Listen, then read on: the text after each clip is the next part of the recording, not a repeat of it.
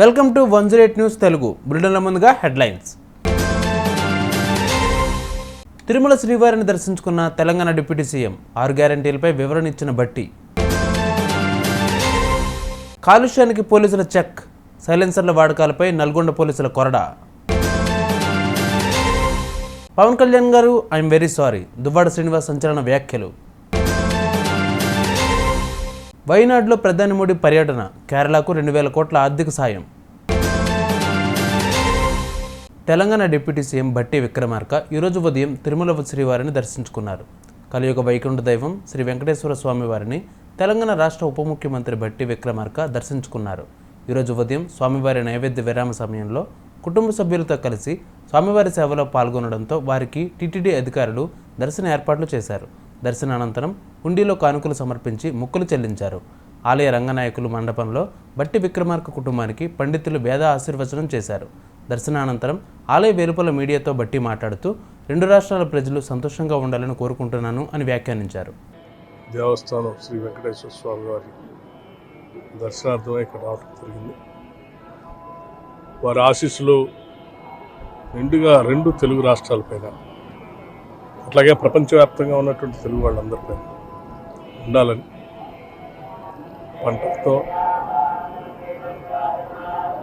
అట్లాగే పాడి పంటలతో 2 రాష్ట్రాలు కూడా ఎటువంటి కరువు కాటకాలు లేకుండా సుభిక్షంగా ఉండాలని ఆశీర్వదించవలసిందిగా వారు వేడుకుంటున్నారు.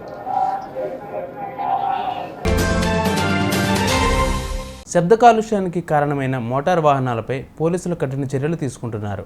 ఈ నేపథ్యంలో నల్గొండ పోలీసులు క్లాక్ టవర్ సెంటర్లో 80కి పైగా మోడిఫైడ్ మోటార్ సైకిల్ సైలెన్సర్లను ధ్వంసం చేశారు. అలాగే పట్టణంలో మోటార్ సైకిల్ సైలెన్సర్ల ద్వారా విధ్వంసం సృష్టించే వారిపై కఠిన చర్యలు తీసుకుంటామని ఎస్పీ శరత్ చంద్ర పవార్ హెచ్చరించారు. ఈరోజు నల్గొండ జిల్లా ఎస్పీ శరత్ చంద్ర పవార్ ఐపీఎస్ గారి యొక్క సూచన మేరకి మీరందరూ చూస్తూ ఉన్నారు, రకరకాల కార్యక్రమాలు చేపడుతున్నాం. మీ అంతు బాధ్యతగా మీరు కూడా వాటిని ఎక్స్పోజ్ చేయాలి, పబ్లిక్ తీసుకోవాలి. మన అందరి బాధ్యత ఒక పౌరుడిగా. ఈరోజు నల్గొండ జిల్లాలో మీకు తెలుసు చాలా వాహనాలు రద్దీ బాగా పెరిగిపోతూ ఉంది. దాన్ని దృష్టిలో పెట్టుకొని మనం ట్రాఫిక్ అవేర్నెస్ ప్రోగ్రామ్ కూడా పెడతా ఉన్నాం. ఈ ఆటోలల్లా బైక్లల్లా సైలెన్సర్ పెట్టుకొని బాగా పక్కన మనం పోతుంటే మన చెవుల మంది గిల్లుమంటూ కొంతమంది సిక్కయ్యే పరిస్థితి ఉంది. దాన్ని దృష్టిలో పెట్టుకొని ఎస్పీ గారు వచ్చిన తర్వాత దాదాపు 2-3 మంత్స్ నుంచి స్పెషల్ డ్రైవ్ పెట్టి ఈరోజు మనం ఈ సైలెన్స్ని ధ్వంసం బుల్డోజర్ ద్వారా మనం ధ్వంసం చేసినాం. దీని ఉద్దేశం ఏంటంటే ప్రతి ఒక్కరికి అవేర్నెస్ రావాలి, తెలవాలి. సైలెన్సర్ ఎక్స్ట్రా ఫిట్టింగ్ ద్వారా కంపెనీ కాకుండా దీన్ని ఎక్స్ట్రా ఫిట్ చేసుకొని ఈరోజు మామూలుగా జల్సాగా జులైగా ముఖ్యంగా యూత్ వీటిని దీని ద్వారా చాలా మంది ఇబ్బంది కలిగిస్తున్నారు. దాన్ని దృష్టిలో పెట్టుకొని ఈరోజు మనం ఈ ప్రోగ్రాం చేపట్టినాం. అందరికీ దాదాపు 70 సైలెన్సర్ ఈరోజు మనం వితిన్ 2 మంత్స్లో 70 సైలెన్సర్ మనం సీజ్ చేసినాం. వెహికల్స్ 1 వీక్ 10 days సీజ్ చేసి డాక్యుమెంట్స్ అన్ని కరెక్ట్గా చేయించి మనం ఈ కార్యక్రమం చేపడుతున్నాం. మీ అందరు తెలుసు ఈ మధ్యనే వెహికల్స్ లేకుండా, నంబర్ ప్లేట్ లేకుండా జిల్లా మొత్తాన్ని మనం అన్ని వెహికల్స్ నంబర్ ప్లేట్ వేయించినాం. హెల్మెట్ లేకుండా నెక్స్ట్ కార్యక్రమం మన ట్రాఫిక్ సిఐ గారు డిఎస్పీ శివరామరెడ్డి ఆధ్వర్యంలో, traffic CI plus 1 town 2 town ఆధ్వర్యంలో వితౌట్ హెల్మెట్ లేకుండా కూడా నెక్స్ట్ మనం ఆ కార్యక్రమం చేపడుతున్నాం. మీరందరూ కూడా మాకు కోఆపరేట్ చేయాలి. జిల్లాలో నంబర్ ప్లేట్ లేని వాహనము లేదు. ఎస్పీ గారు వచ్చిన తర్వాత జిల్లా మొత్తంలో వెహికల్స్ అన్ని పట్టుకొని సీజ్ చేసి మనం వాళ్ళ యొక్క మేమే దగ్గరుండి పెయింటర్స్ పెట్టి ప్రతి వెహికల్స్ నంబర్ వేయించినాం. రేపు ఏమైనా కేసు అయినా, చైన్ స్నాచింగ్ అయినా, ఏమైనా నేరం జరిగితే వెహికల్స్ యొక్క నంబర్ లేకుండా మనం ఏం చేయలేం. సో మీరందరూ కూడా దాన్ని గ్రహించి ఈరోజు నల్గొండ జిల్లా ప్రజలందరికీ మా విజ్ఞప్తి ఏంటంటే వితౌట్ నంబర్ లేకుండా, వితౌట్ హెల్మెట్ లేకుండా, ఈ వాహన చట్టం యొక్క రూల్స్ను అతిక్రమించకుండా ప్రతి ఒక్కరు ఒక పౌరుడిగా, బాధ్యత గల ఓ సిటిజన్గా మాకు కోఆపరేట్ చేస్తూ ఈ వెహికల్స్ విషయంలో కానీ, ఈ వాహనదారుల చట్టం ఇండియన్ మోటార్ వెహికల్ యాక్ట్ను అతిక్రమించకుండా దాని పరిధిలో మీరందరూ మాకు కోఆపరేట్ చేస్తూ ఎలాంటి యాక్సిడెంట్ లేకుండా, ప్రమాదాలు జరగకుండా మీరందరూ కృషి చేస్తారని, మాకు కూడా సహకరిస్తారని అందరినీ వేడుకుంటున్నాం. Thank you. కుటుంబ వివాదంపై వైసీపీ ఎమ్మెల్సీ దువ్వాడ శ్రీనివాస్ స్పందించారు. విలేకరుల సమావేశం నిర్వహించిన దువ్వాడ శ్రీనివాస్ కీలక వ్యాఖ్యలు చేశారు. తన భార్య వాణి అహంకారంతో వ్యవహరిస్తూ తనపై కూతుళ్లకు ద్వేషం నూరుపోశారని ఆరోపించారు. ప్రతి ఇంట్లోనూ గొడవలు సహజమేనన్న దువ్వాడ శ్రీను వాటిని 4 గోడల మధ్యనే పరిష్కరించుకోవాలన్నారు. వ్యాపారంతో పాటుగా రాజకీయాల్లో కూడా తానే ఉండాలని వాణి అహంకారంతో వ్యవహరించిందని, కుమార్తెలకు తనపై ద్వేషం నింపిందన్నారు. ఇక పవన్ కళ్యాణ్ పిల్లల గురించి గతంలో తాను చేసిన వ్యాఖ్యలపైన కూడా దువ్వాడ శ్రీనివాస్ స్పందించారు. అప్పట్లో పవన్ కళ్యాణ్ పరిస్థితి అర్థం చేసుకోలేకపోయానని, ఇప్పుడు నేను అనుభవిస్తే తెలుస్తుందని ఆయన బాధపడుతూ చెప్పుకొచ్చారు. ఇటీవల కేరళలోని వైనాడ్ జిల్లాలో కొండచర్యలు విరిగిపడిన ఘటన దేశం మొత్తాన్ని తీవ్ర దిగ్భ్రాంతికి గురిచేసింది. గత నెల 30వ తేదీన వైనాడ్లో చోటు చేసుకున్న ప్రకృతి విపత్తులో 416 మంది దుర్మరణం చెందగా 150 మందికి పైగా గల్లంతయ్యారు. వందలాది మంది గాయాలతో ఆసుపత్రుల పాలయ్యారు. వేలాది మంది నిరాశ్రయులయ్యారు. ఈ క్రమంలోనే తాజాగా వైనాడ్లో ప్రకృతి విపత్తు చోటు చేసుకున్న ప్రాంతంలో ప్రధానమంత్రి నరేంద్ర మోడీ పర్యటించారు. ఈ క్రమంలోనే బాధితులకు అండగా నిలిచిన ప్రధాని మోడీ వారి కష్టాలను, బాధలను తెలుసుకుని చలించిపోయారు. మొదట హెలికాప్టర్లో ఏరియల్ వ్యూ నిర్వహించిన ప్రధాని ఆ తర్వాత ఇండియన్ ఆర్మీ నిర్మించిన 190 అడుగుల బెయిలీ వంతెనను పరిశీలించారు. అనంతరం వైనాడ్ పరిస్థితిపై సమీక్ష నిర్వహించారు. కేరళ గవర్నర్ అరీఫ్ మొహమ్మద్ ఖాన్, ముఖ్యమంత్రి పినరయ్ విజయన్ ప్రధాని వెంట ఉన్నారు. మరోవైపు వైనాడ్లో పునరావాసం సహాయక చర్యల కోసం 2000 కోట్ల ఆర్థిక సహాయం అందించాలని కేరళ ప్రభుత్వాన్ని కేంద్రం కోరింది.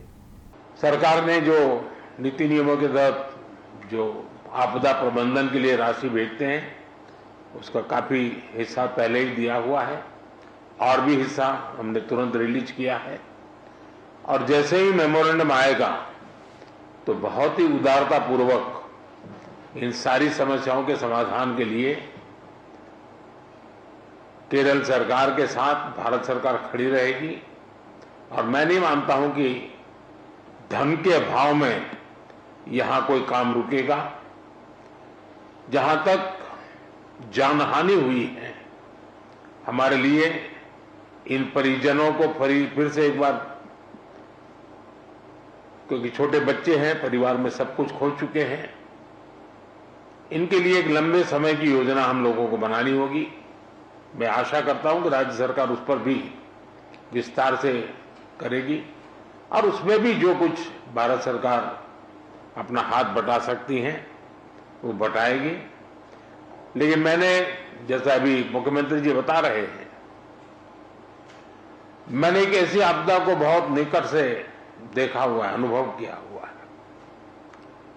79 में, आज से 40-45 साल पहले की बात है, गुजरात में मोरबी में एक अर्थन डैम था और भारी बारिश हुई और डैम पूरा नष्ट हो गया। और आप कल्पना करें वो डैम बहुत बड़ा था, मच्छू, वो पूरा पानी, और मोरबी एक शहर है, उसमें घुस गया और 10-10, 12-12 फीट पानी था पूरे शहर में। 2500 से ज्यादा लोग उसमें मृत्यु हुई थी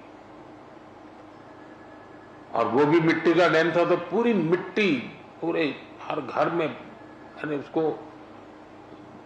करीब 6 महीने वहां रहा था, एक वॉलेंटियर के रूप में उस समय मैं काम करता था और मैंने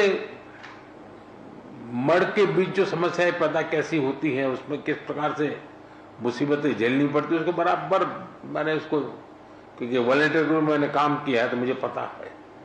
तो मैं भी अंदाज कर सकता हूं कि जिस समय ये परिवार के परिवार मड़ में बह रहे होंगे तब वो कितनी बड़ी कठिन परिस्थिति रही होगी। और उसमें भी जब कुछ लोग जान बचा करके निकले हैं, उनको देख करके लग रहा है कि ईश्वर ने कैसे उनकी कृपा की, उनको बचा लिया है। तो मैं इन परिस्थिति को भली भांति अनुमान लगा सकता हूं और मैं आपको विश्वास दिलाता हूं कि देश और भारत सरकार कोई भी कसर नहीं छोड़ेगी। जितनी डिटेल आपकी आएगी, चाहे आवास की बात हो, चाहे स्कूल बनाने की बात हो, चाहे रोड के इंफ्रास्ट्रक्चर का काम हो, इन बच्चों के भविष्य के लिए कुछ व्यवस्थाएं करने की बात हो, जैसे ही डिटेल बन करके आपकी तरफ से आएगी, हमारी तरफ से पूरा सहयोग रहेगा, ये मैं आपको विश्वास दिलाता हूं। और मैंने स्वयं ने मन मेरा भारी था क्योंकि लेकिन मैं नहीं चाहता कि मेरा आने के कारण यहाँ के रेस्क्यू ऑपरेशन और रिलीफ एक्टिविटी में कोई रुकावटें हो, लेकिन आज मैंने पूरी विस्तार से सारी चीजों को देखा है और जब फर्स्ट हैंड इंफॉर्मेशन होती है तो निर्णय करने की भी सुविधा रहती है। और मैं आपको फिर से एक बार विश्वास दिलाता हूं, मुख्यमंत्री की जैसी अपेक्षाएं हैं वो सारी अपेक्षाओं को पूरा करने में भारत सरकार पूरा प्रयास करेगी। धन्यवाद जी। చూసారుగా ఇవి వాళ్ళ బులెటిన్ అప్డేట్స్. మరిన్ని అప్డేట్స్తో మళ్ళీ మీ ముందుకు వస్తాను. అంతవరకు కీప్ వాచింగ్ 108 న్యూస్ తెలుగు.